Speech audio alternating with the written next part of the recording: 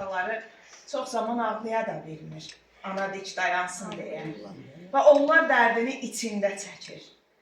Mən şəhid analarına təsəlli ola bilirəm. Onlar ağlayanda gözünün yaşını silə bilirəm, onları qucaqlayıb bağrıma basa bilirəm. Amma şəhid ataların göz yaşını görəndə mən onlarla birlikdə ölüb gedirəm. Mən onlara necə təsəlli olum, bax onu bilirəm. Ona görə şəhid ataları mənim qəlbimdə bir başqadır. Allah sizlərə dərd göstərməsin. Allah bundan sonra ümumiyyətlə xalqımıza bir daha şəhid acısı yaşatmasın. Səbir versin, dözüm versin sizlərə. Yormayayım sizə. Əgər sözünüz varsa, siz de bir müsaade isteyin. Çok sağ olun diyeyim. Ona göre siz biliyorsunuz. Когда вы шадим, великое дело делаете, потому что ona göre hem patriot kimi, hem yazıcı kimi, hem vətənpərvər kimi söz bizim şəhid balaları yaşatmak çalışırsınız. Kitap yazırsınız. Ona göre hamısın bu Azərbaycan Respublikada bu kitabı okuyanda biləcəklər, hər şəhid, hər şəhərdə, hər rayonda, hər belə balaca kəndlərdə bu cür igid, qəhrəman, cəsur, vətənpərvər igid oğlanlar var. Çox sağ olun sizə.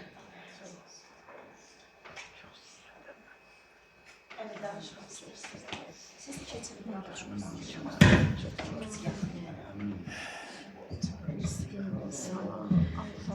Bütün tədbir iştirakçılarına hamısını salamlayıram. Sizə çox sağ ol deyirəm. Sizə çox sağ ol deyirəm. Allah şəhidlərimizin məqamını ucalır. Biz elə kişilər alırıq, ancaq kövrək uşaq kimi olduq biz.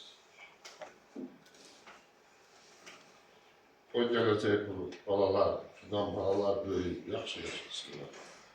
Azərbaycanın qeyrət və namus, şərəf və ləyaqəti uğrunda bizim oğullarımız, can parçalarımız canını bu vətəndən ötürü, bu torpaqdan ötürü, bu bayraqdan ötürü verdi ki, Azərbaycan xalqı yaxşı yaşasın.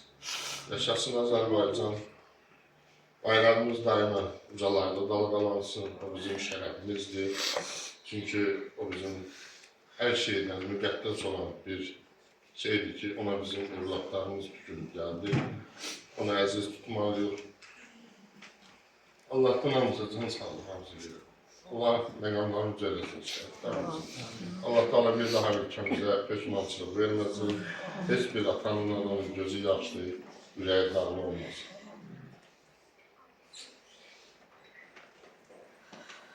Ana diyarlar bir sözle bir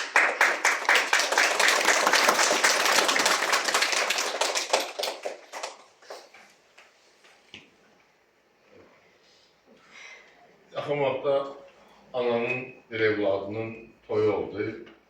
İki mən bir də bizi görmədim orada. Biz çətin. Ona mən oğlum şəhid olandan mən bir şəhidlikdə getməmişim. Biz getməmişik. Ben gedib otura bilmirəm.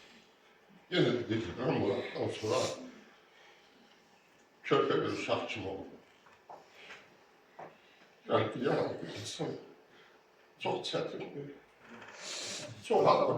Çok doğru. Gel otur. Gel otur. Gel otur. Sağ ol değil. Allah sever.